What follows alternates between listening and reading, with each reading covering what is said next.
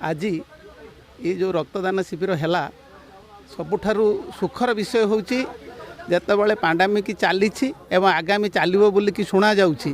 तेणु जिला रक्त भंडार रक्त मिलूना जो कि सहरांचल को गला बेलू को समस्ते कहते आम सब रक्त दे सारीचु जे देची कि ना जानू से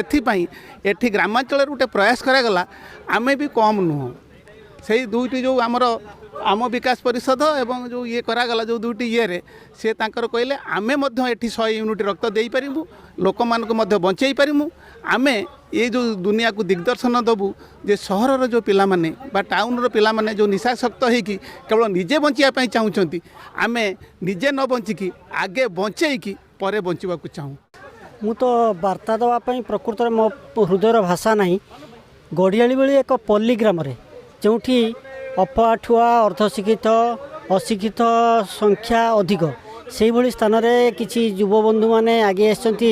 रक्तदान करने यह द्वितीय वार्षिक रक्तदान शिविर प्रथम वार्षिक नवेम्बर 14 2020 अनुष्ठित होता है 52 यूनिट रक्त संगृहित होता जार सहभागिता थे आम ओडिशा एवं माँ शारदेवी महाविद्यालय जातीय सेवा संस्था चलित वर्ष से आंचलिक रथ युव विकास परिषद एवं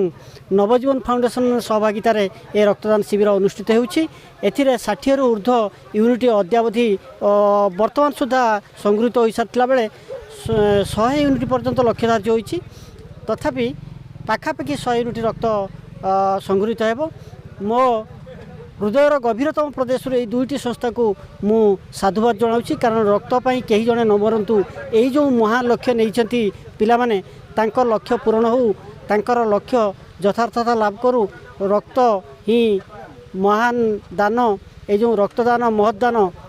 बा महापुण्य यही व्रतर व्रती होता समस्त युवबंधु मानू जो मैंने विशेषकर रक्तदान कर ये गाँव युवबंधु को एवं नवजीवन फाउंडेशन समस्त सदस्य मानू मु कृतज्ञता ज्ञापन कर प्रथम शुभेच्छा हृदय अनेक गभीरतम प्रदेश शुभेच्छा जनाऊँ गढ़ियाली पंचायतर गढ़ियाली पल्ली एक ग्रामांचल और लोकाल गाँव में गढ़ियाली रथ आंचलिक रथ परिषद तरफ ये जो जुगान्तकारी पदक्षेप नि रक्तदान पर एक महत्वपूर्ण कार्यक्रम नि गत थर नियादा एथर एवं ये परिषद सहित ओडिशा नवजीवन फाउंडेशन तार मिलित आनुकूल्य रक्तदान महत्वदान कार्यक्रम जो पदक्षेप नि पदक्षेप निमंते दुईटी संगठन दुईटी संस्थार समस्त कर्मकर्ता सदस्य भाई मान को ये आंचलिक भाई मान को गाँव गढ़ियाली ग्रामर समस्त भाई मान को मो तरफ अनेक कृतज्ञता तथा अभिनंदन जनाऊँ युवपीढ़ी आदर्शर अभाव रोचे जहाँफल आम पाश्चात्य संस्कृति की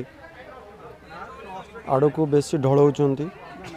आम निजर देशीय संस्कृति बा देशर विकास कथा युवपीढ़ी दूर रोचे से जो माने भारतीय चिंताधारार विकास घटिले आगामी दिन युवपीढ़ी सेवा को निजर माध्यम भाव आगे नहीं पार।